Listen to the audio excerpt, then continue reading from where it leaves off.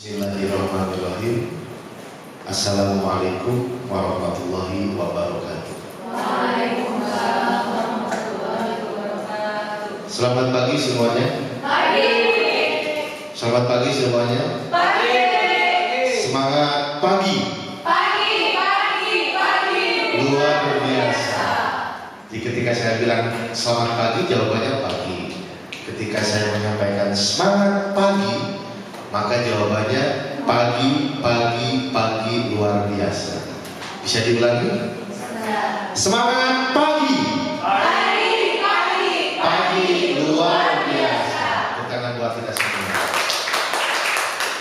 Bapak Ibu yang saya hormati, alhamdulillah puji syukur kita panjatkan kehadiran Allah Subhanahu wa taala karena atas izin dan inayahnya pada pagi hari ini kita dapat berkumpul dalam keadaan sehat walafiat di ruang aula SMK PGRI Subang untuk kegiatan diseminasi atau menyebarkan pemahaman dan pengalaman terkait dengan penerapan budaya positif yang telah CGP ikuti di dalam modul 1.4 tentang budaya positif. Shalawat dan salam mudah-mudahan selalu tercurah limpahkan kepada junjungan kita baginda Nabi Muhammad Sallallahu Alaihi Wasallam, kepada para keluarganya, kepada para sahabat-sahabatnya, tabi'in dan tabi'atnya, dan mudah-mudahan syafaatul uzmanya kelak sampai kepada kita di yaumil jaza. Amin ya Allah ya Rabbal alamin.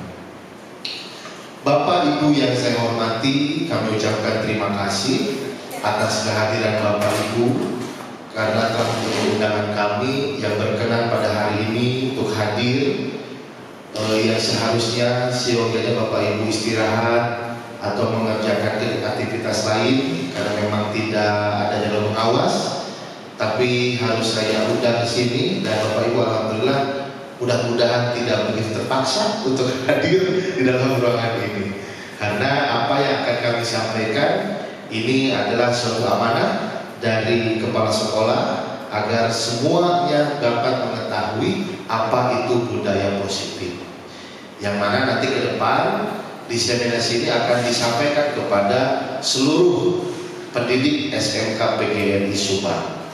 Baik, Bapak Ibu yang saya hormati, izinkan terlebih dahulu saya memperkenalkan diri. Nama saya Didin Samsudin. Pada saat ini saya ditugaskan oleh sekolah dan juga oleh Ibu Kepala Sekolah untuk ikut serta di dalam kegiatan CGP. Dan sekarang kami berempat di Angkatan 10 Kabupaten Subang, Provinsi Jawa Barat, yang sekarang juga sedang bergulir Angkatan 11. Mohon doa dan dukungannya. Kami di Angkatan 10 ini kurang lebih akan mengikuti kegiatan iklan ini sampai 6-7 bulan ke depan. Nah, salah satu kegiatannya adalah diseminasi ini, penyebaran luasan pemahaman apa yang sudah kami dapatkan selama mengikuti kegiatan CGP. Modul 1.4 ini modul terakhir dalam modul 1. Modul 1 itu memiliki 4 subbab. Modul 1.1, 1.2, 1.3, 1.4. 1.1 tentang pemahaman terkait dengan filosofi pendidikan menurut Ki Hajar Dewantara. 1.2 terkait dengan nilai dan peran guru penggerak. 1.3 terkait dengan visi guru penggerak. Nah, terakhir ini adalah tentang budaya positif. Budaya positif merupakan rangkuman dari seluruh peran, kemudian nilai, visi, dan pemahaman CGP terkait dengan pendidikan yang menurut Ki Hajar Dewantara harus dituangkan di dalam budaya positif di dalam lingkungan sekolah.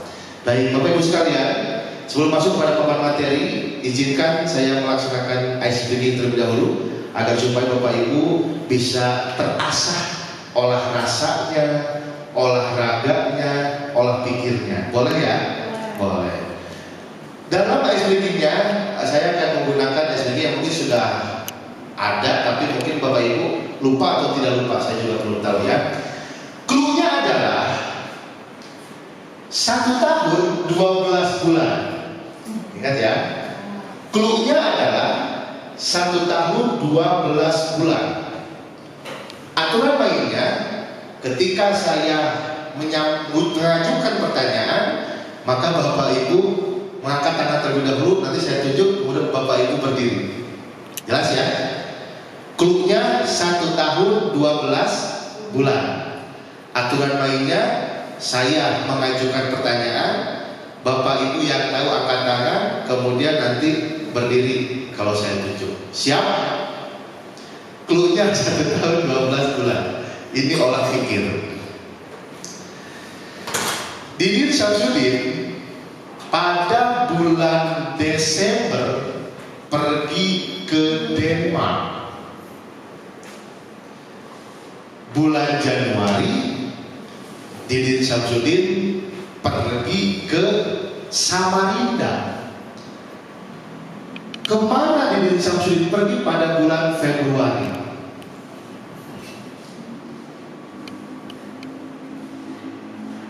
Silakan.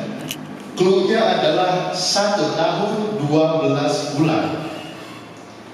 Bulan Desember Didin Syamsuddin pergi ke Denmark. Bulan Januari Didin Syamsuddin pergi ke Samarinda. Kemana Didin Syamsuddin pergi di bulan Februari? Silakan. Angkat tangan.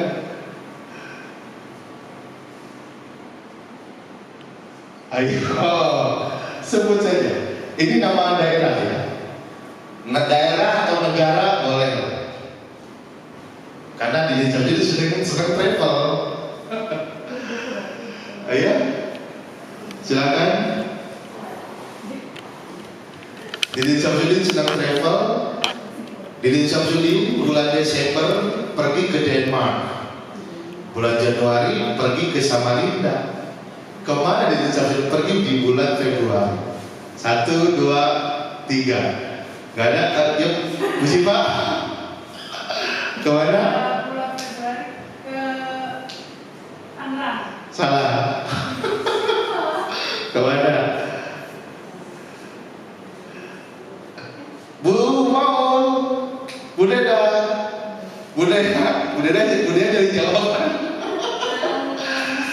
Silakan. Betul ya, Bu Maul. Bulan Februari Didin Syamsuddin pergi ke Denpasar. Bulan Maret Didin pergi ke Tangerang. Bulan April Didin pergi ke Ethiopia. Kemana Didin Syamsuddin pergi di bulan Agustus? Ayo, kemana Didin Syamsuddin pergi di bulan Agustus? Bulan Maret Didin Syamsuddin pergi ke Tangerang. Bulan April ke Ethiopia. Kemana Didin Syamsuddin pergi di bulan Agustus?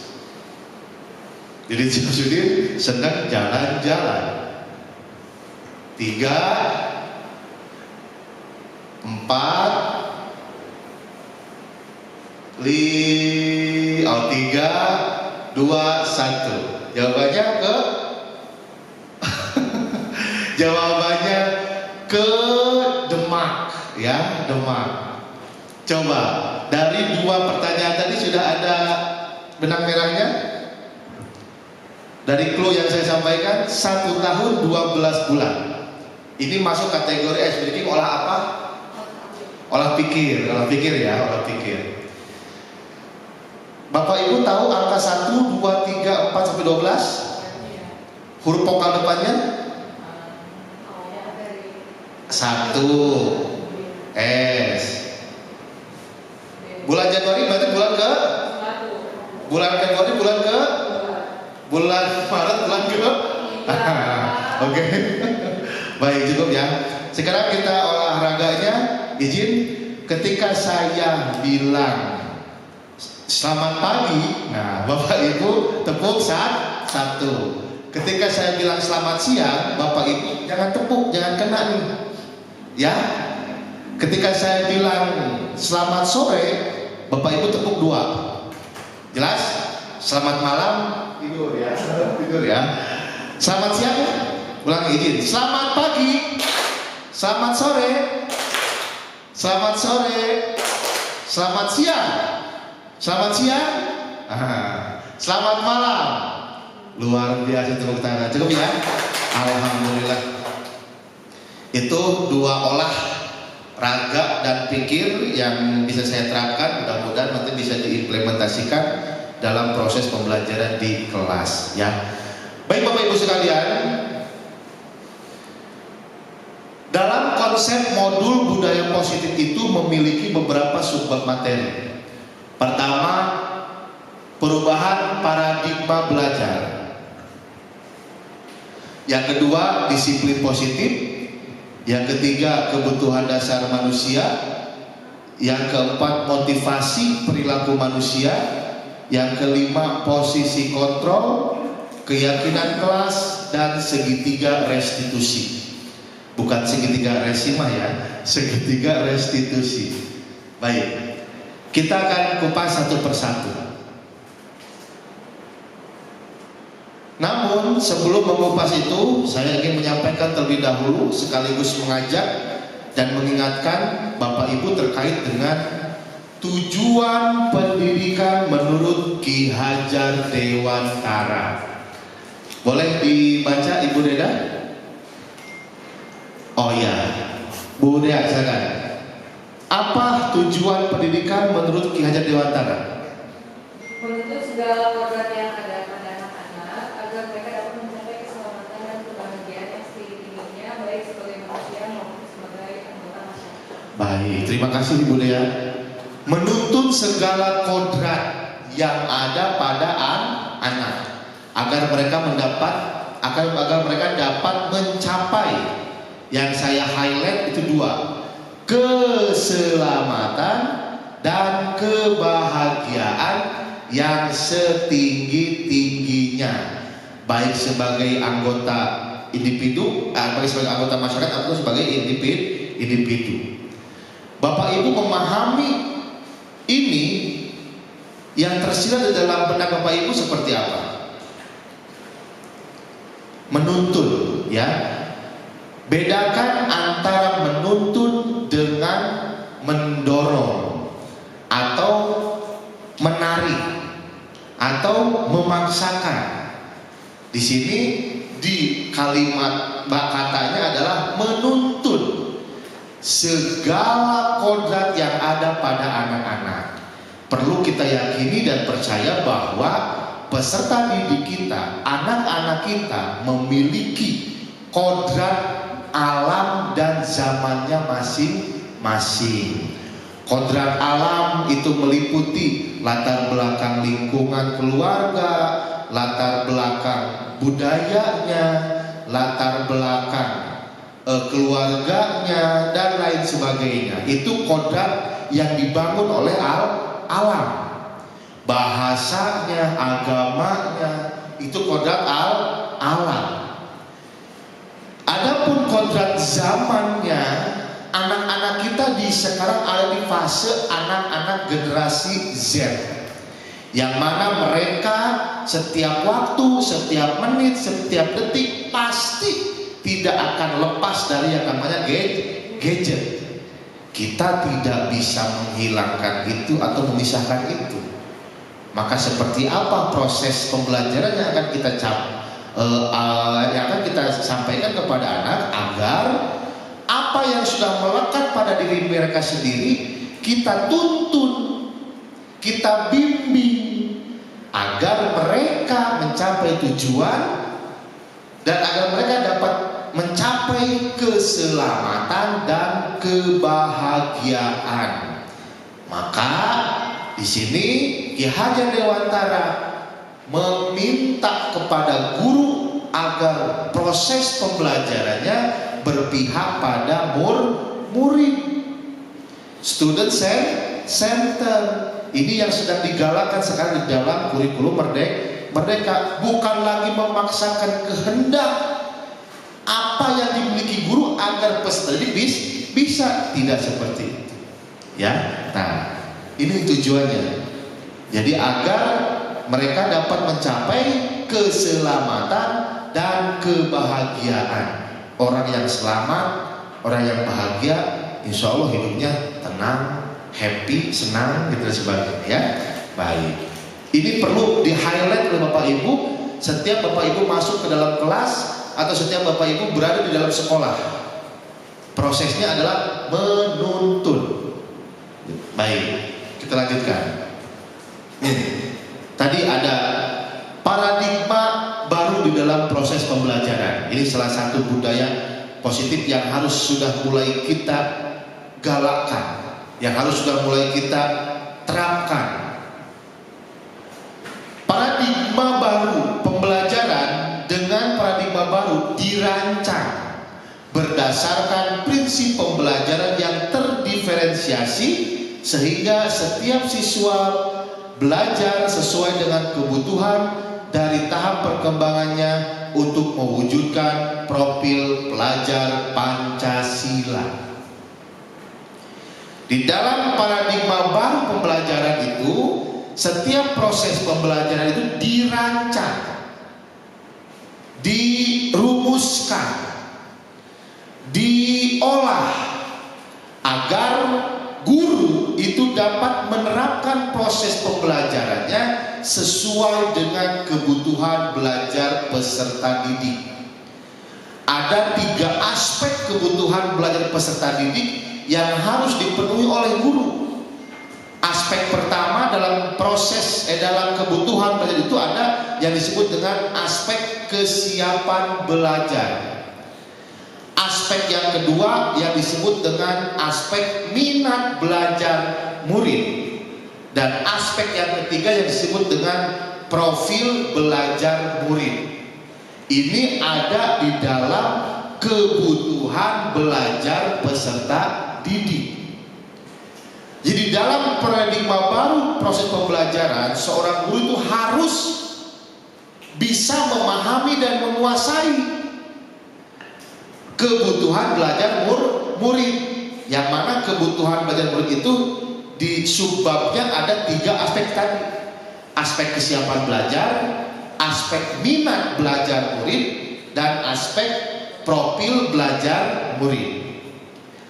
Aspek kesiapan murid ini adalah guru harus betul memahami murid ini siap tidak hadir di kelas, siap tidak dengan alat pembelajaran yang adanya, siap tidak menerima materi dan sebagainya.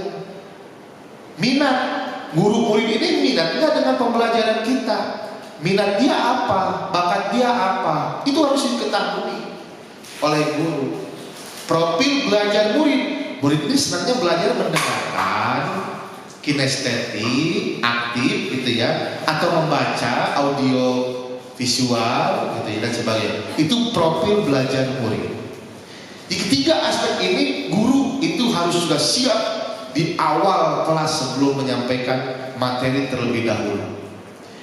Prosesnya bisa dengan cara survei, menyebarkan angket, wawancara, dan terakhir ada disebut dengan observasi. Observasi itu kita bisa bertanya kepada orang tuanya, bertanya pada gurunya yang lain, bertanya kepada wali kelasnya, gitu. Ini memang sulit, tapi ini harus dilakukan agar mencapai tadi tujuan pendidikan seperti itu.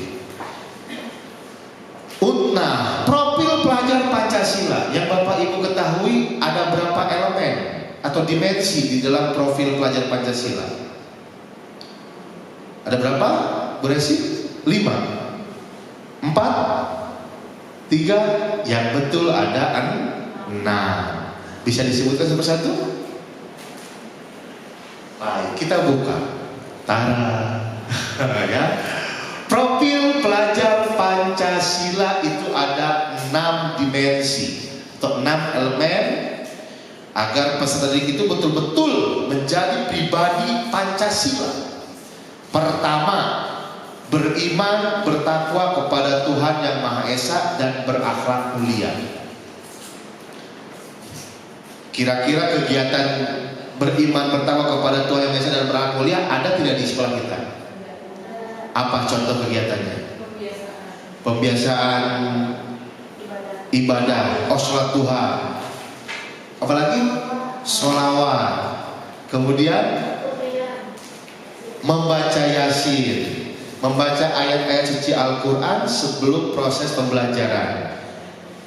Berarti sekolah kita sudah merujuk kepada apa yang diinginkan, ditujukan oleh Kiai Dewantara tentang tujuan pendidikan. Sudah masuk ya, prosesnya sudah ada. Nah ini beriman bertakwa kepada Tuhan Yang Maha Esa dan berakhlak mulia. Kategori akhlak mulia ini di sekolah kita apa kegiatannya?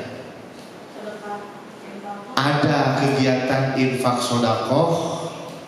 Kemudian itu buat apa kepentingannya?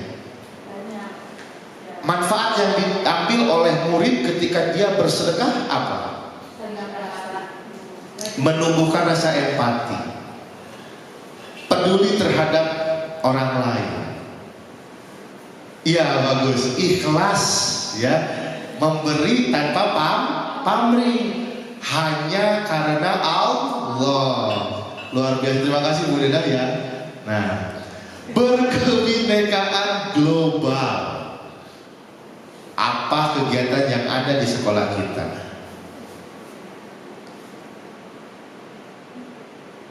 Iya Bu Silva, terima kasih ya. Itu betul kegiatan P5, mengenalkan budaya-budaya Nusantara, budaya-budaya luar negeri gitu ya.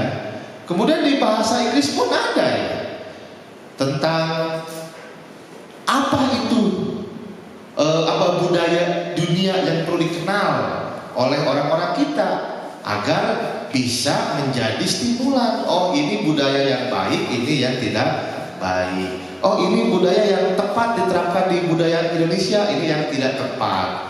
Seperti itu. Agar anak-anak kita dengan berkebinekaan global ini tidak mudah, satu, terhasut. Kemudian dua, tidak mudah terprovokasi. Nah itu.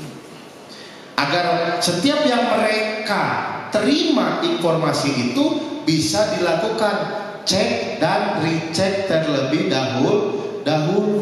Ini di dalam mata pelajaran PAI ada apa? Adab bermedia sosial. Kalau anak-anak kita sudah berkebinekaan global, mungkin akan memandang setiap persoalan yang muncul di kancah internasional maupun nasional tidak langsung judgement, tidak langsung komentar kritik atau komentar jahat, tidak. Pasti dilakukan dulu cross check, pasti dilakukan dulu diskusi, tepat tidak dan sebagainya. Itu ya. Bergotong royong, kegiatan di sekolah kita yang bergotong royong. Nah betul, ada games ya, gerakan memungut sampah di Jumat bersih. Apalagi? Iya, berjamaah ya, luar biasa Bu Deda. Apalagi kira-kira? Kegiatan-kegiatan yang memunculkan anak-anak kita untuk mereka memiliki budaya gotong royong. Piket kelas, piket kantin, dan piket-piket teva di kita, agar mereka bisa apa? Ya, sama-sama saling bantu-membantu dengan rekan temannya. Kalau dia sudah mau melakukan itu, berarti ya ada gotong royong. Toh sekarang kamu belajar, saya piket, besok saya belajar, kamu piket. Itulah memunculkan itu. Mandiri. Apa kegiatannya? Ya tadi piket.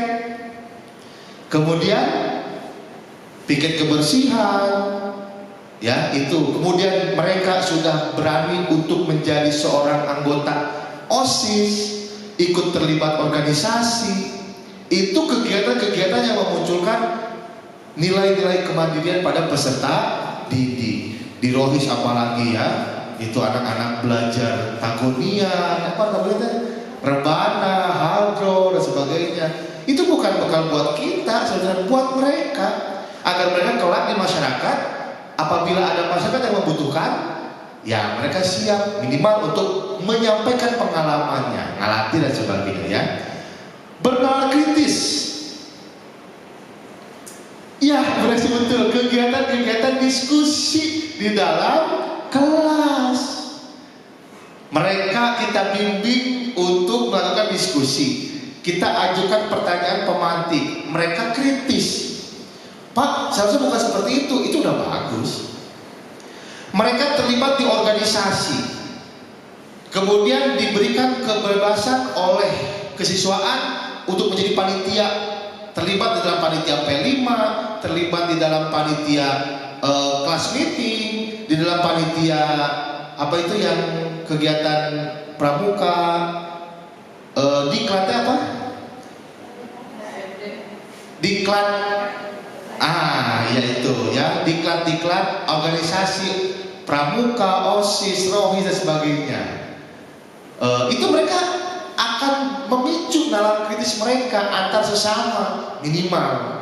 Ketika ketua tidak fokus di dalam menyampaikan instruksi, itu udah pasti anggota sekretaris mengadu atau bukan mengadu, melaporkan atau mengkritisi dan sebagainya. Itulah kegiatan-kegiatan yang menumbuhkan nilai-nilai nalar kritis mereka itu terbangun dan terasah dengan dilibatkan mereka ke dalam kegiatan organisasi kreatif. Nah, itu betul.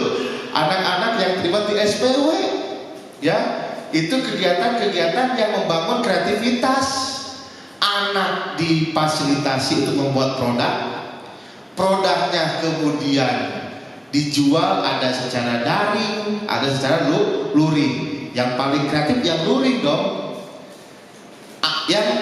Dan juga kreatif sih, hanya luring ada tantangan challenge-nya. Anak harus dagang, ya, membawa baki ketika istirahat, keliling-keliling ruangan. Itu kan ada kreativitasnya. Apa nilai kreatifnya di situ? Nilai kreatif? Nah, mempromosikan produk yang mereka bawa. Sebenarnya ada di sekolah kita kegiatan-kegiatan yang menumbuhkan nilai-nilai profil pelajar Pancasila. Mungkin Bapak Ibu belum mengetahui dan ngeh kali ya. Ke depan kita akan buat program daftar kegiatan-kegiatan yang berkaitan dengan profil pelajar Pancasila. Oke? Agar supaya nanti ada refleksi, ada penguatan, ada evaluasi di setiap kegiatan tersebut sehingga kegiatan kita mencapai tujuan pendidikan Indonesia kita. Begitu ya teman-teman. Next, di dalam budaya positif tersebut ada materi tentang the discipline, positif disiplin. Disiplin positif. Mohon maaf ya, Ibu Guru Bahasa Inggris ya. Ketika mendengar kata disiplin, apa yang terbesit di dalam benak Bapak Ibu? Oke, tepat waktu. Bu Deda? Taat aturan. Bu Resi? Dan bisa memahami kebutuhan peserta didik dan termasuk kita guru.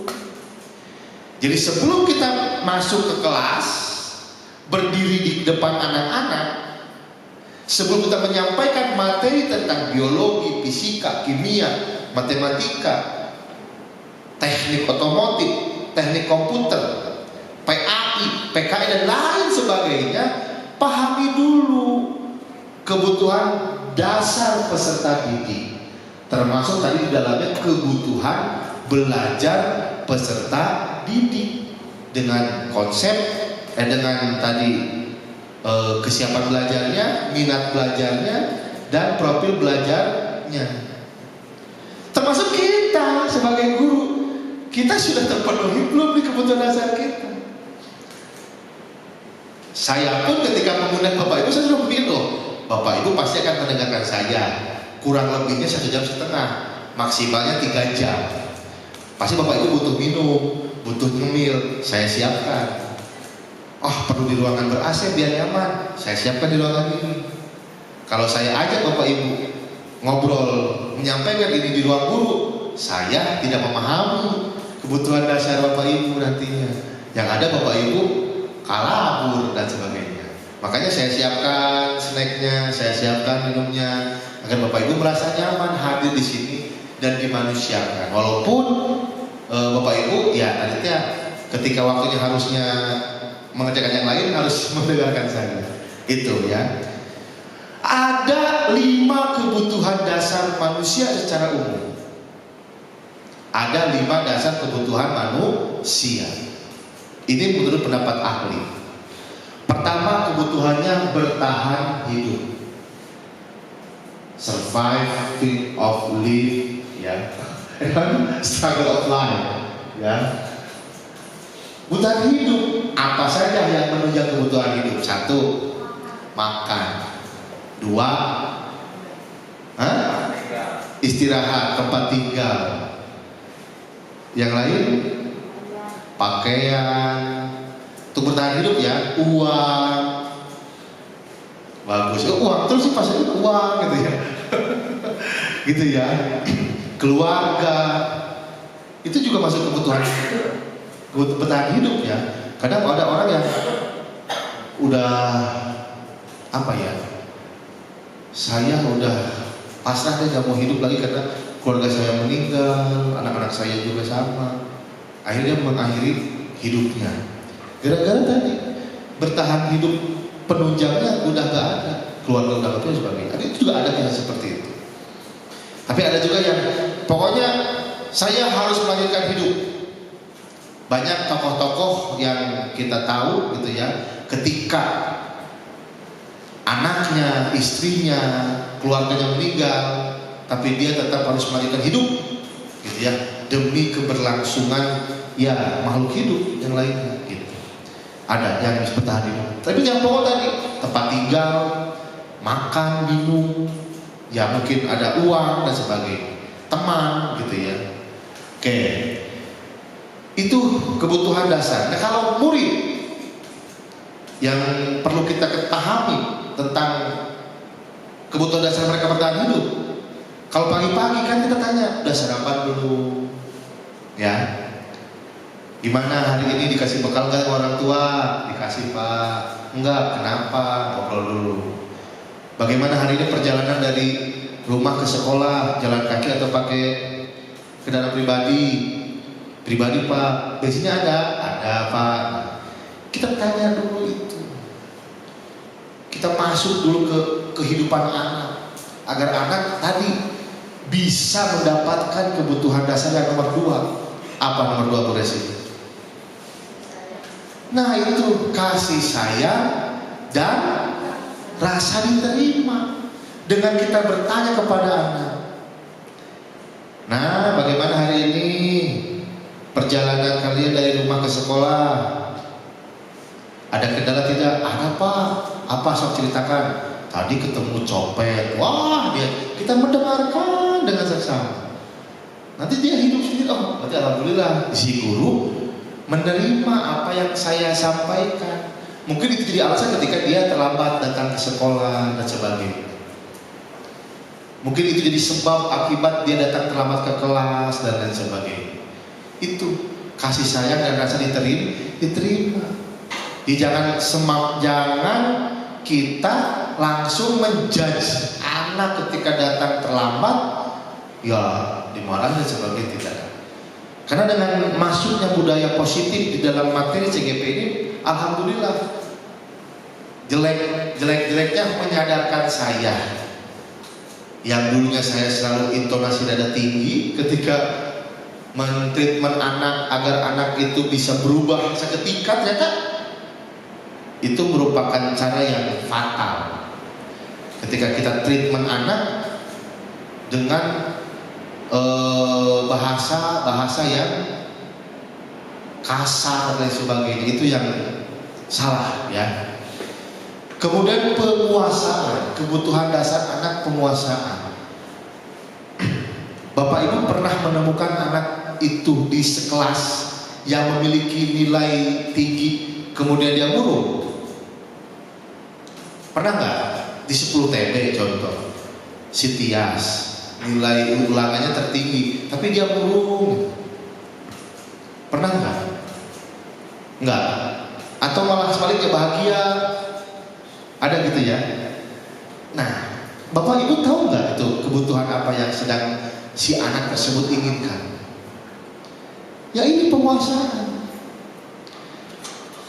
Ketika contoh kasus ini kita bersepuluh, Bu Resi nilai paling tinggi.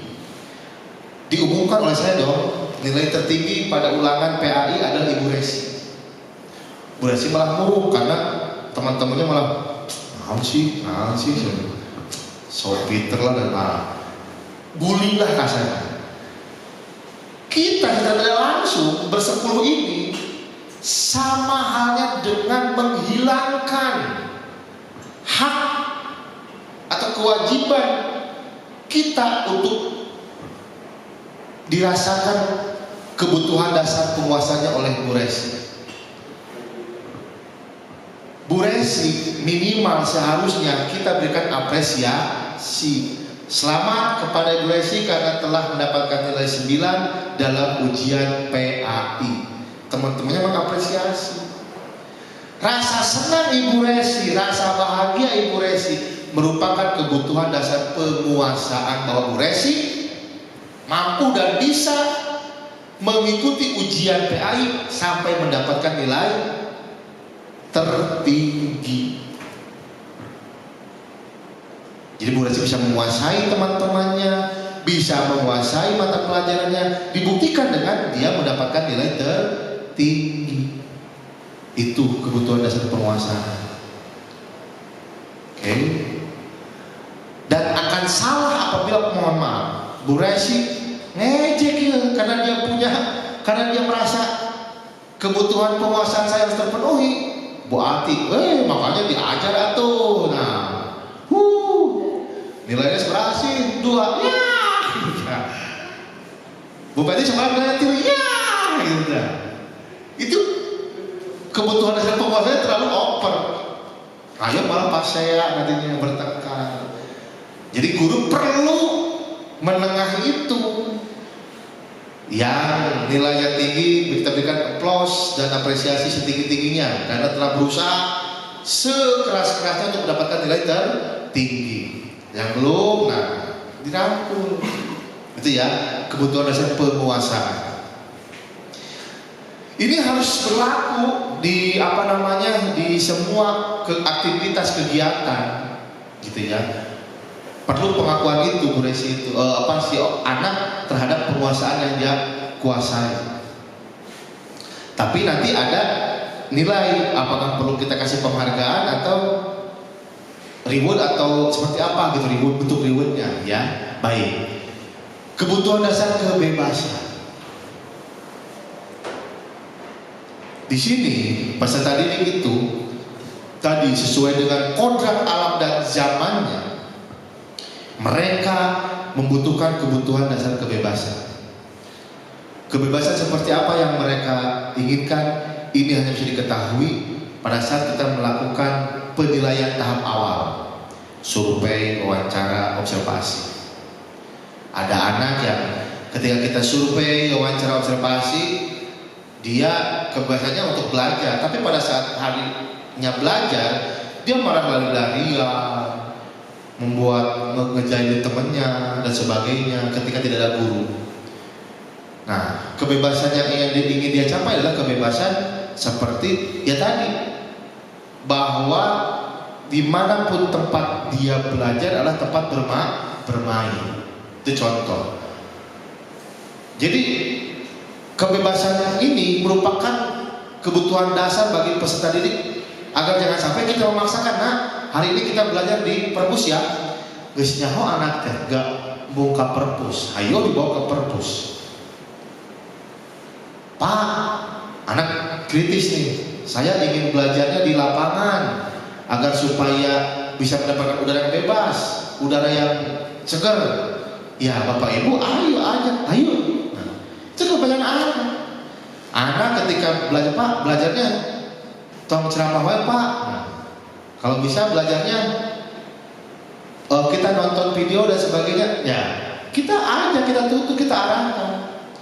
Ya tanya dulu kita hari ini mau belajar seperti apa, agar kebebasan mereka itu tidak dikekang. Karena gini, kalau kebebasan sudah terkekang, maka sisi negatifnya adalah kreativitasnya akan mentok. nalar kritisnya juga akan mentok. Kita tidak bisa mencapai anak itu mendapatkan keselamatan, kebahagiaan, toh kebebasannya hanya dikekang. Bebas tanda kutip dalam artian positif, karena kita dalam disiplin positif. Tadi saya sempat ngobrol bahwa kebebasan kita itu memang betul dibatasi oleh kebebasan orang lain. Berarti begitu terbebas, Pak? Bebas. Bisa pakai kebebasan. Ada pun pembatasan? Iya. Kenapa ya? Mikir dong. Piraku orang di rumah sakit, ketika orang waktunya kurang istirahat, kita malah main musik, gombrang-gombreng, ya, sama-sama bebas. Tapi kan, ayolah gitu loh, ya. Pas Sayun bawa bandnya ke Ciere, konser di Ciere, aduh, kermaruru konser di Ciere, ya, begitu. Kesenangan ini pun merupakan kebutuhan dasar. Apabila anak sudah hadir di dalam kelas dalam kondisi murung, tidak senang, Bapak Ibu mengupayakan agar mengembalikan moodnya menjadi senang dulu. Karena kalau mereka moodnya belum senang, apapun, saya sampaikan, apapun yang akan keluar dari mulut Bapak Ibu, nasihat, materi, kemudian ujangan-ujangan yang sifatnya membangun, moal didangukeun. Orang dia lagi patah hati, orang dia lagi berantem sama orang tuanya, orang dia lagi, nah, makanya kita perlu tahu dulu, nah hari ini gimana kondisi hati kalian, senang, bahagia, atau lagi sedih? Sedih Pak, oke. Yang sedih nanti ngobrol sama Bapak ke depan ya. Nih, untuk yang senang dulu nih, mari kita buka bab nah gitu. Ketika yang lain belajar, ini ngobrol aja, nggak apa-apa. Apa konseling, ada coaching di situ bahasa. Kenapa nak? Nah bahkan saya sih ke depan ingin seperti ini, kita untuk, karena kita di SMK, saya ingin mendewasakan mereka di usia-usia sekarang. Bagaimana kalau kita memanggil mereka dengan sebutan AA dan Teteh? Jadi bukan nak atau anak-anak. Gimana menurut Bapak Ibu? Kalau manggil, kayaknya kalau manggil AA, Teteh gitu kan, di usia mereka gitu ya, usia kelas 10, 11, 12, kita seragamkan semua guru memanggilnya dengan sebutan AA dan Teteh. Ya mungkin mereka akan dewasa dengan sendirinya tuh. Nggak salah aja nih, nggak salah aja gitu. Saya merasa diakui, diterima, dihargai, disayangi di situ. Bahkan ya dihormati. Kalau sudah dipanggil AA dan Teteh, lain ujang, neng, lain nama, itu kan secara langsung kita menghargai manusianya. Harkat martabat kamu ya kita angkat, bahwa kamu layak disebut, dipanggil AA, dipanggil Teteh. Kalau sudah dipanggil AA dan Teteh, secara psikologi, berarti kan kita harus berpikir, si anak ya, saya berpikir, berarti saya harus baik, saya harus menjadi teladan, gitu ya, saya jadi contoh dan sebagainya. Kalau sudah dipanggil AA dan Teteh, karena konotasi AA dan Teteh itu kan sebutan di Sunda itu sebagai orang yang dituakan, orang yang jadi panutan. Karena pasti punya adik gitu. Saya sih berpikir seperti itu. Bagaimana kalau kita budayakan semua guru memanggil anak itu dengan sebutan AA dan Teteh ke siapapun, kelas 10, 11, dan 12. Bukan Ujang, walaupun namanya Ujang ya, ada namanya Ujang ya di busana kemarin itu ada, tapi kita panggilnya AA gitu. Ada namanya Neng, kita panggilnya Teteh. Nah ke ibu bapak ibu guru ya panggilnya bapak dan ibu gitu. Itu ya.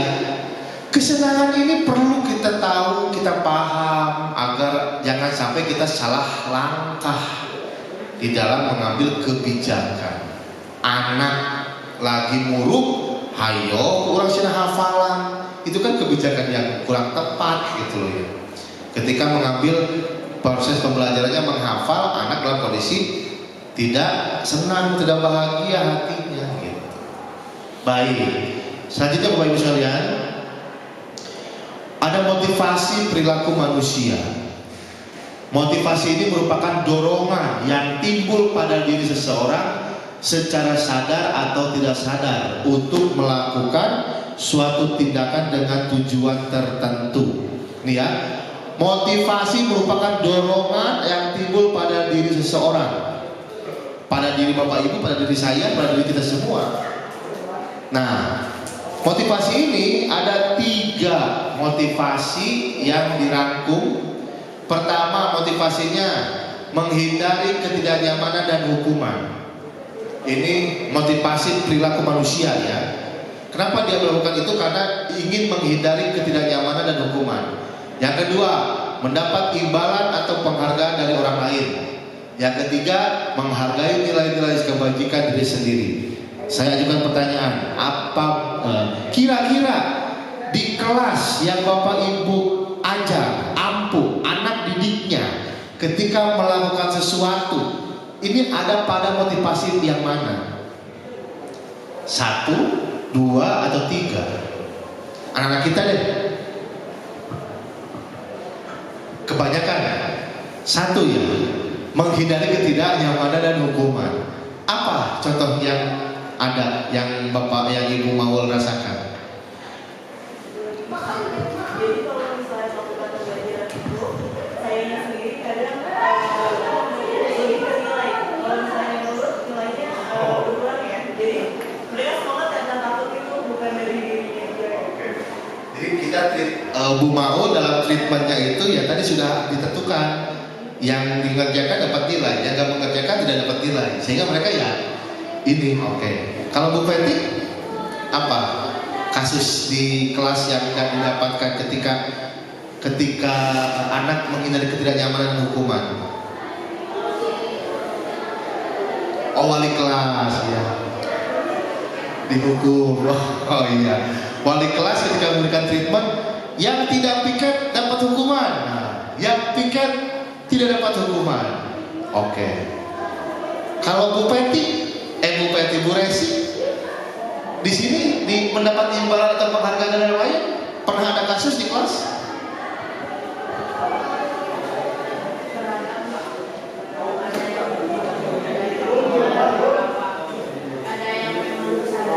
Ada juga. Kalau biasanya di kelas industri memang kesadaran karena mereka ingin bisa, karena mereka punya tujuan, biasanya kelas industri punya mental ingin Di Civo sama Telkom. di Winter. Oh, Winter ya, Winter dan Telkom ya. Kalau di kelas lainnya yang kebanyakan menghindari ketidaknyamanan atau ingin mendapatkan penghargaan dari orang lain. Biasanya mendapat imbalan atau penghargaan dari orang lain, kasusnya seperti apa?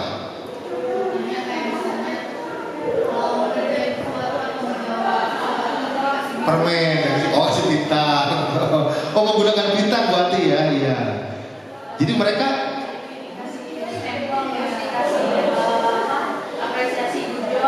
oke.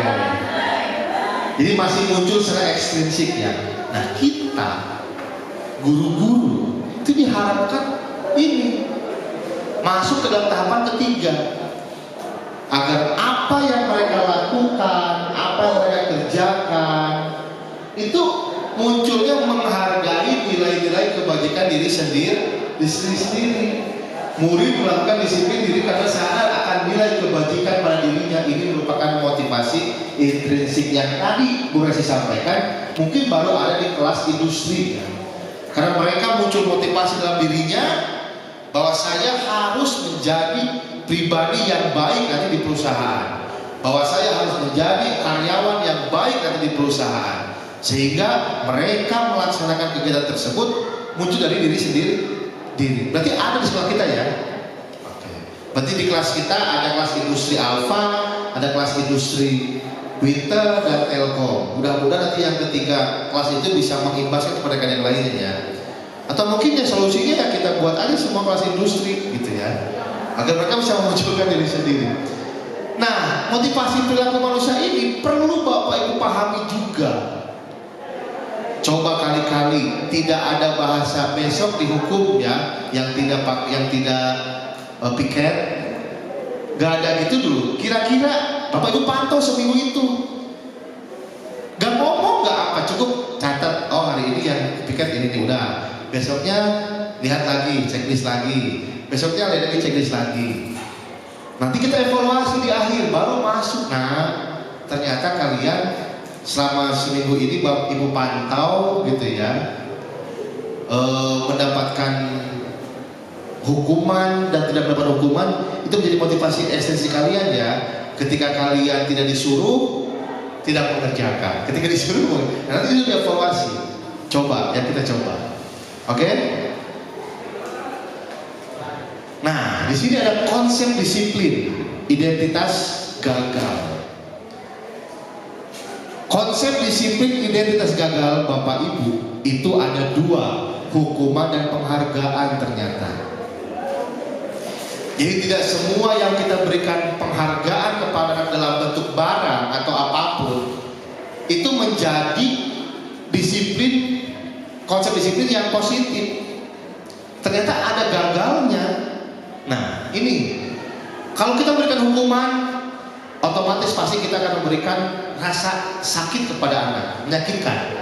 Yang kedua, pasti anak merasa tidak nyaman. Yang ketiga, murid takut. Yang keempat, memaksa. Yang kelima, murid menyembunyikan kesalahan dan murid menjadi rendah diri. Pernah Bapak Ibu mengalami itu ketika anak kita undang, siapa lagi yang bolos? Kenapa kamu tidak masuk ke kelas ini, jam pelajaran ini? Kebanyakan ya ini, menyembunyikan kesalahan dan murid kita jadi rendah diri.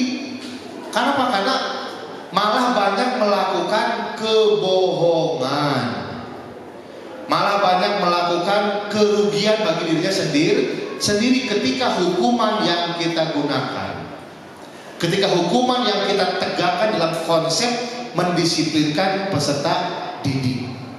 Dalam budaya positif itu tidak masuk. Termasuk ini penghargaan. Di sini disampaikan tidak efektif, merusak hubungan, mematikan kreativitas, menghukum dengan sistem ranking, merampas hak menghargai dirinya. Itu sebab kenapa di kurikulum Merdeka tidak ada ranking, tidak ada naik kelas, tapi yang ada pindah fase. Gitu ya.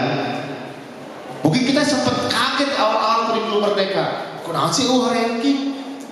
Kenapa sih tidak ada naik kelas? Kenapa sih gak ada naik dari kelas? Padahal itu menjadi motivasi. Ternyata penghargaan berupa perankingan, penghargaan berupa naik kelas, itu bisa ini merusak hubungan, mematikan kreativitas, dan merampas hak harga dirinya. Contoh kasus, ketika di kelas kita yang pintar cuma anak 1, ranking 2, ranking 3, anak yang lain, apa responnya? Ustaz, dong kita si eta hukum. Bisa mau belajar dah, si ibu mah merah hadirnya kasih eta hukum. Tak itu jadi kita merusak hubungan. Bahkan dulu kan sempat terjadi gap antara murid yang pintar dengan murid yang tidak pintar. Bahkan murid yang pintar ingin gabung dengan yang pintar aja. Yang tidak pintar tersisihkan, malah dominasinya dibully dan sebagainya. Nah itu dampak negatif yang sekarang dirasakan terlihat oleh para ahli, bahwa dengan memberikan penghargaan secara langsung dalam bentuk sertifikat, predikat dan lain sebagainya, itu ternyata memberikan dampak yang panjang negatifnya. Yang mereka kenal, yang pintar-pintar aja, yang bodoh-bodoh aja, ketika yang tengah-tengah tidak dikenal oleh para guru. Nah, seperti itu merusak hubungan. Maka ada cara bagaimana memberikan penghargaan tetapi dengan tidak merusak hal-hal yang ingin disampaikan. Ini dalam konsep disiplin positif yang gagal, memberikan hukuman dan penghargaan. Semoga Bapak Ibu di dalam kelas itu bisa menerapkan ini, tidak menerapkan ini secara langsung gitu loh, menghukum dan memberikan penghargaan. Tadi yang disampaikan Bu Maul ya, yang tidak pikat besok dihukum, kata Bu Peti ya. Yang mendapatkan yang mengerjakan ini dapat nilai. Kita coba cari bahasa kalimat yang sekiranya itu tidak menjadi patokan buat mereka, gitu. Tidak menjadi motivasi buat mereka. Nah ini konsep disiplin identitas budaya positif di sekolah yang sukses dengan menggunakan konsekuensi dan restitusi. Konsekuensi adalah apa yang telah disepakati, diyakini secara bersama, kemudian dia tidak melakukan, maka akan ada konsekuensi.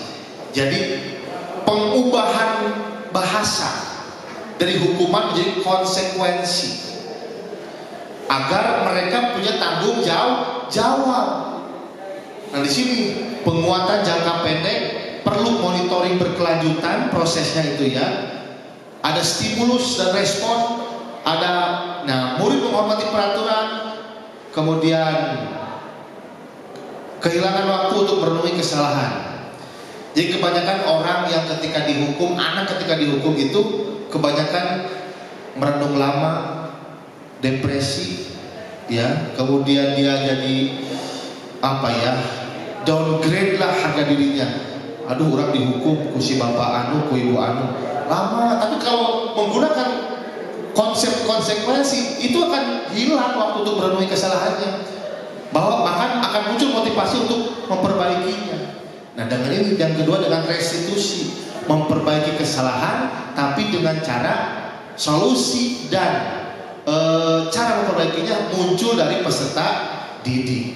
Nah, ini murid bertanggung jawab untuk perilakunya, fokus pada pemecahan masalah jangka panjang, murid menghormati dirinya dan orang lain, ada teori kontrol dan murid bersemangat memperbaiki kesalahan. Ini yang perlihatkan pada Bapak Ibu.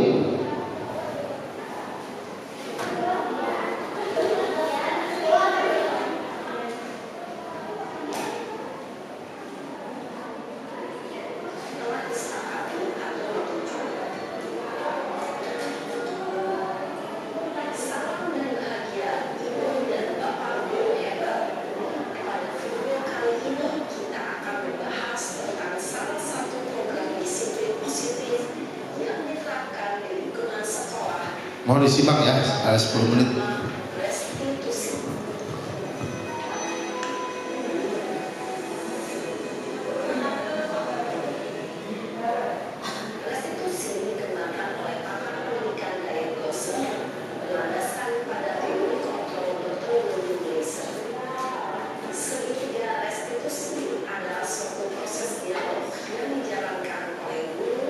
Atau orang tua agar dapat menghasilkan murid yang mandiri dan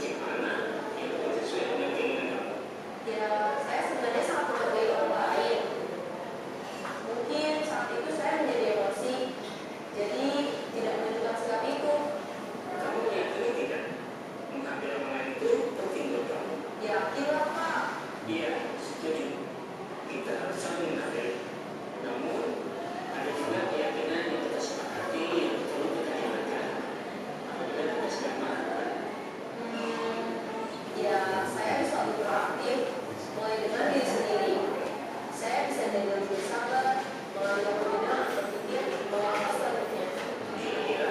Kamu bersedia memperbaiki masalah ini tidak? Sedia, Pak.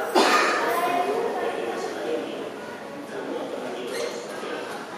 Saya akan menjadi orang yang bertanggung jawab tadi ya, Pak. Dan senantiasa patuh. Iya. Kamu ingin menjadi orang seperti itu. Yang amanah, dan sabar dan adil. Yuk, kita pikirkan bagaimana memperbaiki masalah ini.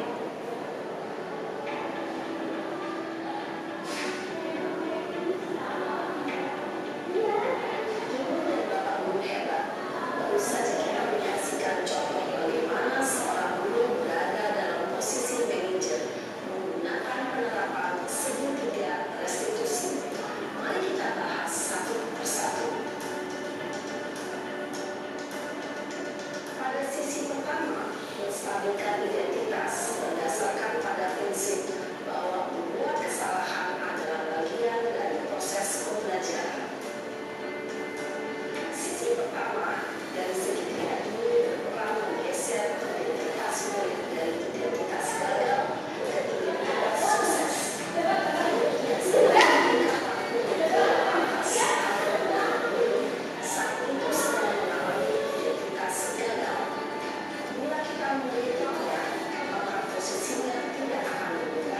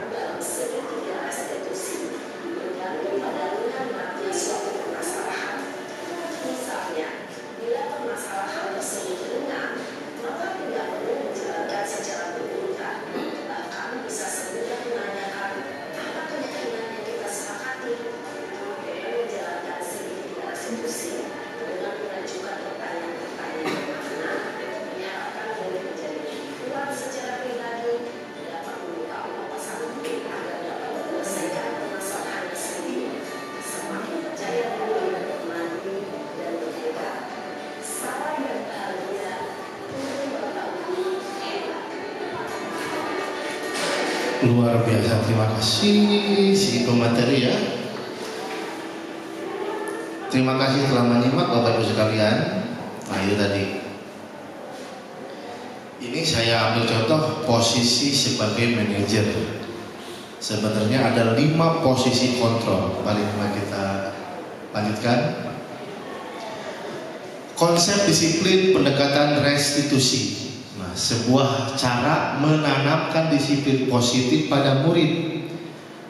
Restitusi itu pengertiannya adalah proses menciptakan kondisi bagi murid untuk memperbaiki kesalahan mereka sehingga mereka bisa kembali pada kelompok mereka dengan karakter yang lebih kuat. Menurut Gosen, kemudian ciri-cirinya bukan menebus kesalahan, namun belajar dari kesalahan.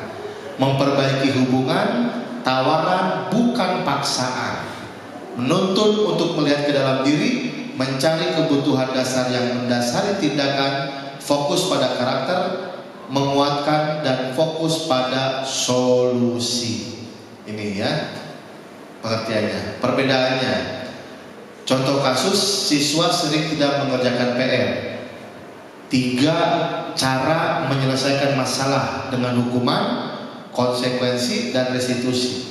Ketika kasus siswa sering tidak mengerjakan PR, kalau menggunakan konsep hukuman, maka guru menghukum siswa tersebut hormat bendera selama 10 menit. Guru marah dan murid menjadi takut. Ini hukuman. Konsekuensi, guru memberikan konsekuensi untuk mengerjakan PR-nya saat istirahat atau dikerjakan sebanyak 3 kali lipat. Guru tegas dan siswa menghormati peraturan. Sama-sama yang mendasarinya adalah keyakinan kelasnya atau kesepakatan. Nah, dari kedua ini yang paling tepat di dalam menjalankan disiplin positif di lingkungan sekolah dengan menggunakan restitusi. Pertama, guru menanyakan keyakinan kelas dirinya dan membantu siswa menyelesaikan masalahnya. 2, guru terbuka dan siswa menghormati dirinya dan orang lain. Nah, ketika siswa sering tidak mengerjakan PR, muncul dari di dalam siswanya ingin mengerjakan PR tersebut bukan karena hukuman dan konsekuensi, tapi kesadaran diri karena telah melanggar atau tidak menerapkan keyakinan kelas yang telah disepakati dengan fasilitas yang diberikan oleh guru dalam proses restitusi seperti itu. Ini hukuman, konsekuensi, restitusi. Pilihannya ada di Bapak Ibu. Ibu mau menggunakan konsep hukuman, konsekuensi atau restitusi. Yang mana keduanya ini jelas gagal. Identitas akan memunculkan identitas gagal. Murid merasa rendah diri nantinya, merasa bersalah yang lama dan lain sebagainya. Tapi kalau dengan restitusi tadi, murid menjadi kuat secara pribadi dan mental seperti itu. Kemudian, nah ini ada 5 posisi kontrol restitusi. Kami di CGP diberikan pemahaman ini. Guru silakan memilih mau berada di posisi kontrol yang mana. Kami menyarankan Bapak Ibu berada di posisi kontrol sebagai manajer. Karena ini dan ini dirasa belum maksimal di dalam membangun kekuatan atau rasa percaya diri yang ada di peserta didik. Penghukum. Posisi kontrol penghukum adalah di mana peserta didik itu merasa sedang dihukum oleh guru ketika dia melakukan kesalahan. Posisi pembuat rasa bersalah ini identitasnya ada pada guru selalu merasa bahwa dirinya akan dihukum oleh kepala sekolah orang lain apabila si murid tidak mengerjakan apa yang disuruh. Posisi pembuat bersalah seperti apa kira-kira? Contoh kasusnya, ketika ada satu wali kelas, anak-anaknya tidak menggunakan topi, bahasa yang muncul dari guru atau wali kelas adalah, ayo dong, masa tidak menggunakan topi terus, nanti ibu yang disalahkan oleh kepala sekolah, nanti ibu yang akan dihukum oleh kepala sekolah. Nah, jadi bahasa-bahasa itu membuat anak merasa, aduh, orang teman tapi jadi bersalah ya, gara-gara orang si ibu dihukum. Itu pun kurang tepat, malah membuat anak merasa jadi tidak enakan gitu kan, jadi cabul dan sebagainya. Posisi sebagai teman, ya friendly gitu ya.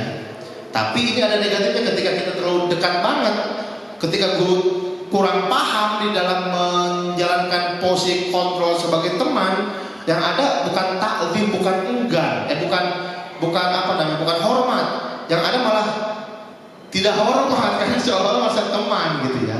Ini pun perlu dipahami secara betul. Nah, pemantau tadi Bapak Ibu guru memberikan tugas. Oke, hari ini kamu tidak mengerjakan PR. Kira-kira kapan akan mengerjakan PR tersebut? Ibu kasih waktu sampai istirahat ya. Ya Bu, dikerjakan dan dipantau oleh si ibu guru. Yang terbaik ada di posisi manajer.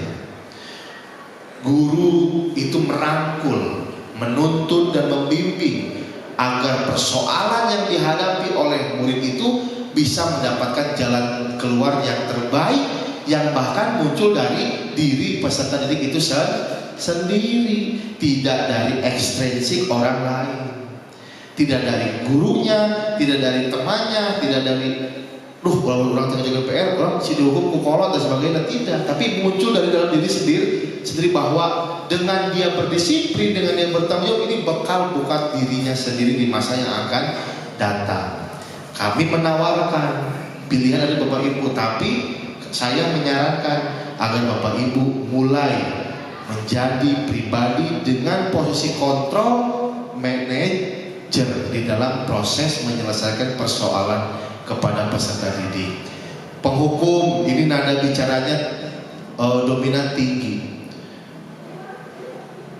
Pembuat rasa bersalah nada bicaranya melandai. Masih seorang seolah gara-gara mana sih orang jadi kieu, nah gitu. Teman friendly, nada bicaranya kadang ya seasik dia dengan teman. Pemantau ada ketegasan, tapi manajer dia asik, kemudian nyaman, kemudian diterima baik oleh murid itu sendiri, sehingga persoalan-persoalan yang dihadapi oleh murid merasa aman-aman saja karena ada manajer yang sedang membimbing, menggait, menuntut saya gitu. Mari kita mulai mengubah diri menjadi guru-guru yang memiliki posisi kontrol manajer di dalam menyelesaikan persoalan-persoalan peserta didik. Baik, selanjutnya. Nah, kita kasih contoh. Kita langsung ke contoh kasus siswa tidak memakai atribut lengkap saat upacara bendera. Berarti kalau atribut lengkap itu ada dari topi, kemudian apa? Dasi, kemudian sabuk ya, belt ya, kemudian ya baju putih abu dan sebagainya. Sepatu harus hitam ya? Enggak. Ya itu sesuai dengan aturan sekolah ya, keyakinan sekolah kita. Kenapa harus hitam?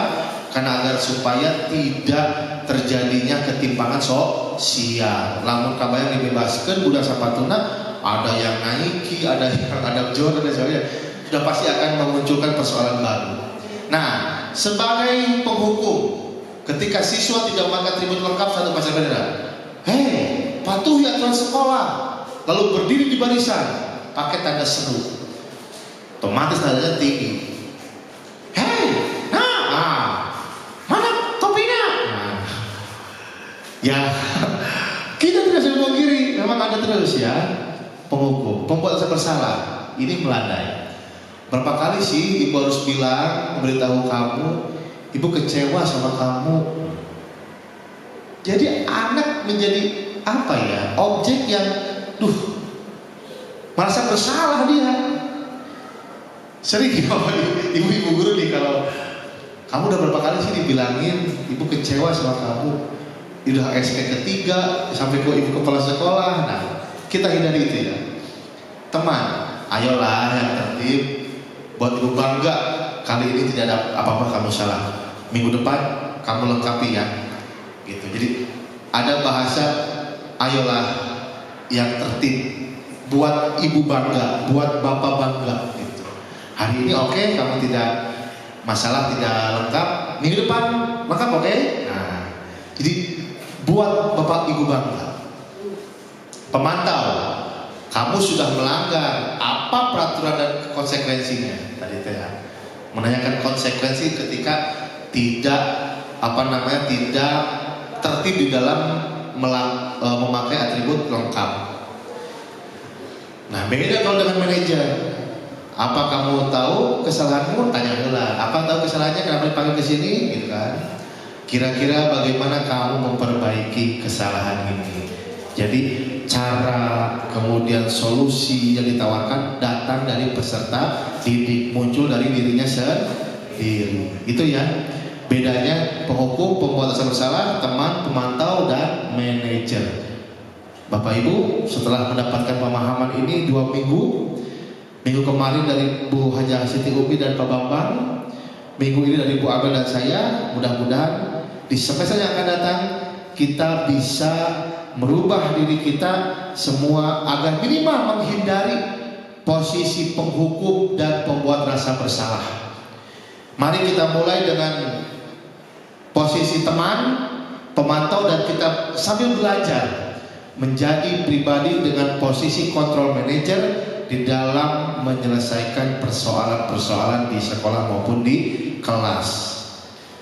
Jadi nada suara bicaranya tidak terlalu tinggi, tidak terlalu rendah, standar saja, tapi menghasilkan nilai-nilai kebajikan yang universal.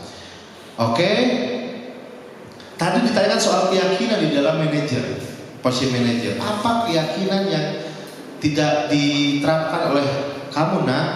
Gitu kan. Ternyata di awal banget Bapak Ibu itu perlu dulu membuat atau membangun yang disebut dengan keyakinan kelas. Kalau dulu itu bahasanya aturan atau tata tertib kelas, tata tertib sekolah.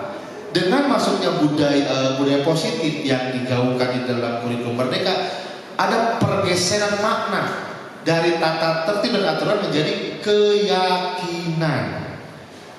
Bapak Ibu meyakini adanya Allah? Meyakini adanya malaikat-malaikat Allah? Bentuk meyakininya seperti apa? Melaksanakan perintah walaupun belum pernah ketemu kan dengan para malaikat. Bahkan sifatnya pun goib ya. Wujud hidang ada tapi kita tidak melihat, tapi kita meyakini adanya Allah. Kita meyakini adanya kodo dan kodar. Kita meyakini hari akhir. Nah, itu yang ingin dibangun oleh salah satunya Ki Hajar Dewantara di dalam membuat keyakinan kelas kita. Karena sifat dari keyakinan kelas ini sifatnya abstrak, tampak dan tidak tampak.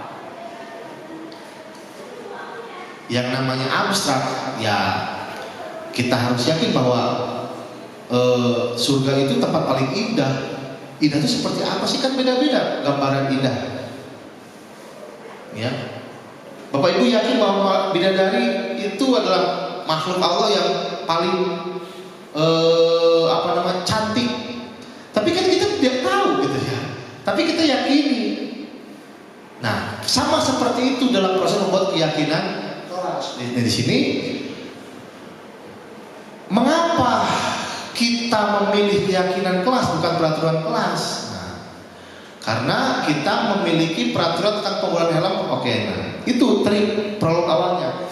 Kasusnya seperti ini. Mengapa kita memiliki peraturan tentang penggunaan helm pada saat mengendarai kendaraan roda 2 atau motor? Dalam undang-undang lalu lintas disebutkan bahwa setiap orang yang mengendarai kendaraan roda 2 di jalan raya harus menggunakan helm. Itu peraturan. Kira-kira kenapa harus ada peraturan itu? Untuk keselamatan. Maka muncul nilai kebajikan universalnya adalah nilai keselamatan. Kita diharapkan meyakini bahwa maut itu tidak terjadwal, tidak tahu kapan waktunya. Salah satu makhluk Allah yang masih misterius itu adalah jodoh, pati, bagja. Maut, jodoh, dan kebahagiaan. Bagja, kebahagiaan. Kita tidak tahu kapan itu akan datang, kapan itu akan pergi. Maka untuk mengantisipasi itu, dibuatlah peraturan dalam tertib lalu lintas adalah dengan bahwa setiap orang yang mengendarai kendaraan roda 2 harus menggunakan helm. Nilai keyakinannya apa? Keselamatan, menjaga keselamatan diri sendiri. Kemudian yang kedua, mengapa kita memiliki peraturan tentang penggunaan masker dan mencuci tangan setiap saat? Dulu pada saat COVID, kebersihan dan keselamatan orang lain dan juga kita. Jadi kita meyakini bahwa keselamatan orang lain pada saat itu adalah dengan cara bagaimana cara kita menyelamatkan diri kita sendiri. Dulu ketika kita COVID, ketika zaman COVID 2019, bahwa berada di ruang lingkungan sendiri harus menggunakan masker dengan jarak 2 meteran, cuci tangan, dan 2 meter ke samping, 2 meter ke belakang. Yang diyakininya, nilai yang diyakininya adalah apa? Menjaga keselamatan diri sendiri dan orang lain, dan juga menjaga kebersihan. Begitu. Jadi lain masker nanti ya, kudu digulian masker nanti, tapi menjaga keyakinan yang memunculkannya, yang harus diyakini adalah menjaga keselamatan diri sendiri dan orang lain. Jadi dalam membuat keyakinan kelas itu memang nilainya sifatnya abstrak. Contoh kecil, Bapak Ibu nanti sebelum masuk pembelajaran dibuat tuh keyakinan kelas. Proses membuat keyakinan kelas itu ada beberapa tahapan, Bapak Ibu. Ya, pertama, bahasanya lebih abstrak dari peraturan. Yang kedua, kalau dari bahasa tidak boleh ya membuat kegaduhan dalam kelas jadi bahasanya kemarin itu kami pelajari mengubah kalimat-kalimat yang negatif menjadi kalimat-kalimat yang positif, memindahkan ya konotasi kalimat-kalimat yang negatif ke kalimat-kalimat yang positif. Prosesnya itu menginventarisir terlebih dahulu peraturan kelas yang akan kita buat. Tidak boleh makan minum pada saat pembelajaran. Terus kita daftar isikan, kita list apa aja yang mau jadi keyakinan peraturan kita.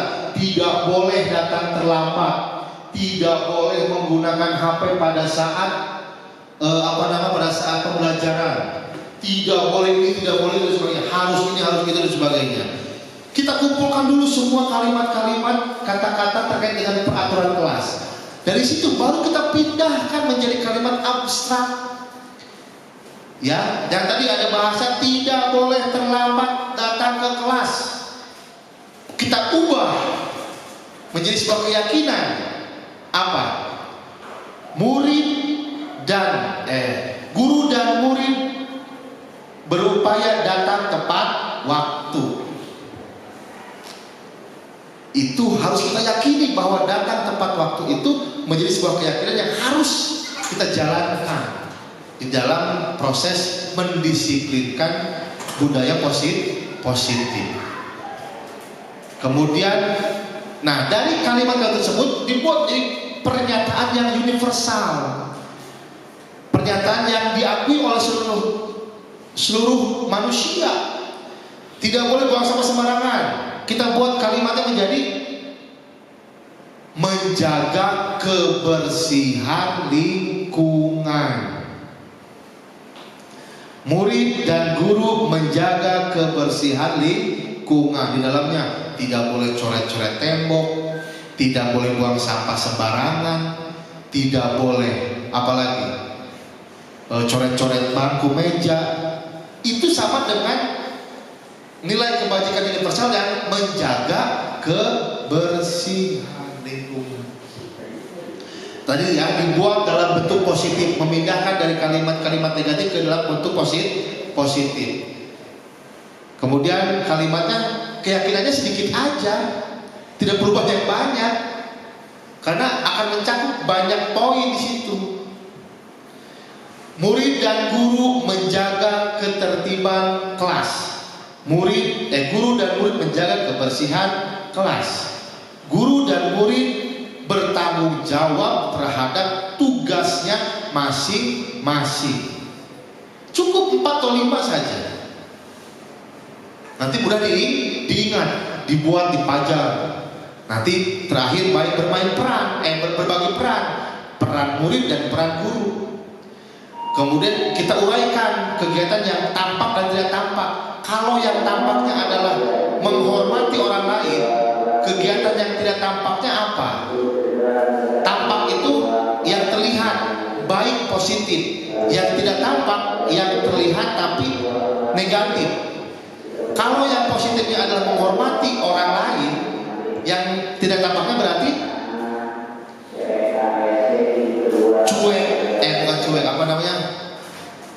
mengejek orang lain. Jadi kalau seandainya kayak kita punya keyakinan kelas harus menghormati orang lain, berarti apa nih yang harus jangan kita lakukan? Gitu stimulusnya. Kalau kita di sekolah di kelas harus menjaga kebersihan orang lain, apa nih yang harus jangan kita lakukan? Mengotori ruangan, membuang sampah sembarangan, mencoret-coret tembok, mencoret meja, itu kegiatannya.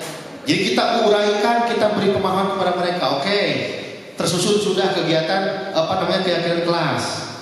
Nanti kita buat bagian lagi kegiatan tampak yang dan tidak tampak. Yang tampaknya di sini menjaga kebersihan kelas. Ayo, apa kira-kira yang tidak tampaknya, yang jangan sampai kita lakukan deh, gitu mudahnya. Apa berarti jangan sampai mencoret-coret tembok, jangan sampai buang sampah sembarangan. Itu kegiatan tersebut yang harus kita hindari. Nanti berbagi peran guru adalah memastikan keyakinan kelas berjalan dengan sesuai dengan arah dan tujuannya. Murid menjalankan keyakinan kelas sepenuh hati dan penuh tanggung jawab. Itu nanti berbagi peran sesuai dengan kondisi kelas dan sekolah agar mudah diterapkan. Jadi jangan sampai memaksakan ketika kelasnya kita ukurannya kecil, membuat keyakinan kelasnya, membuat kenyamanan di dalam kelas. Rek nyaman kemana kelas nanti jumlah siswa loba gitu. Ya tapi buat kenyamanan kan beda-beda yang dirasakannya. Pokoknya sesuaikan dengan kondisi dan lingkungan sekolah yang. Nah, semua warga sekolah dilibatkan semua. Itu ya. Ini adalah cara menerapkan atau membuat keyakinan kelas. Kemudian tadi segitiga restitusi ya, ada 3 yang dilakukan. Pertama menstabilkan identitas, yang kedua validasi tindakan yang salah, yang ketiga menanyakan keyakinan kelas. Ini restitusi yang sudah saya buat, nanti Bapak Ibu bisa tonton di dalam YouTube ya, kalau boleh pakai.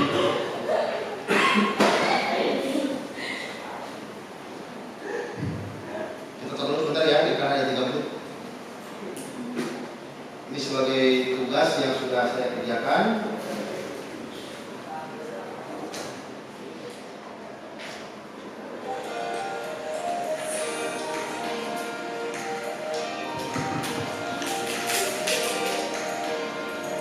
Ada 2 kasus. Kasus pertama adalah si Amira yang tidak mengerjakan tugas.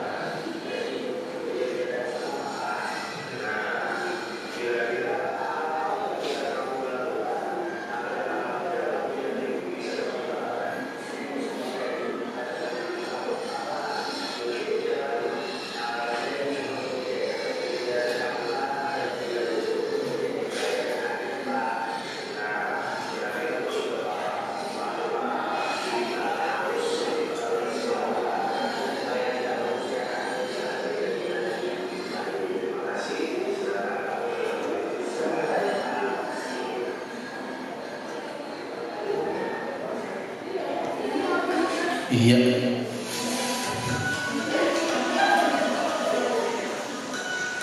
Baik, Bapak Ibu sekalian, tadi ya bahwa kita diberikan cara agar seperti apa di dalam proses menghadapi persoalan yang dihadapi oleh murid. Posisi yang mau kita ambil dalam posisi kontrol mau penghukum, pembuat rasa bersalah, teman, pemantau, atau manajer. Kami menawarkan, mudah-mudahan Bapak Ibu bisa memahami betul dan mengambil posisi kontrol sebagai teman, pemantau, dan atau manajer. Mari kita kurangi posisi kontrol yang sudah mungkin melekat di dalam tubuh kita sebagai penghukum dan pembuat rasa bersalah. Kita harus mulai bergeser dari budaya lama ke budaya baru di pola pendidikan paradigma baru, yaitu melaksanakan pembelajaran sesuai dengan kebutuhan belajar peserta didik. Yang mana tadi saya sampaikan, kebutuhan belajar peserta didik itu bisa digali dengan 3 konsep. 1. Kesiapan belajar peserta didik. 2. Minat belajar peserta didik. 3. Profil belajar peserta didik. Dari ketiga tersebut, barulah kita bisa mengetahui kebutuhan apa yang mereka butuhkan di dalam mengikuti pembelajaran di dalam kelas. Terakhir, Stephen Covey di dalam bukunya Principle Centered Leadership mengatakan bahwa bila kita ingin membuat kemajuan, perlahan, sedikit-sedikit ubahlah sikap atau perilaku Anda. Namun bila kita ingin memperbaiki cara-cara utama kita, maka kita perlu mengubah kerangka acuan kita. Ubahlah bagaimana Anda melihat dunia, bagaimana Anda berpikir tentang manusia. Ubahlah paradigma Anda, skema pemahaman dan penjelasan aspek-aspek tertentu tentang realitas. Mari kita mulai dengan diri sendiri untuk mengubah hal-hal yang positif sedikit demi sedikit untuk kemajuan bersama, mencapai tujuan bersama, mencapai tujuan pendidikan, yaitu menuntun peserta didik dengan segala kodratnya agar mereka mencapai tujuan, yaitu mendapatkan keselamatan dan kebahagiaan sebagai individu dan atau anggota masyarakat. Demikian yang bisa kami sampaikan.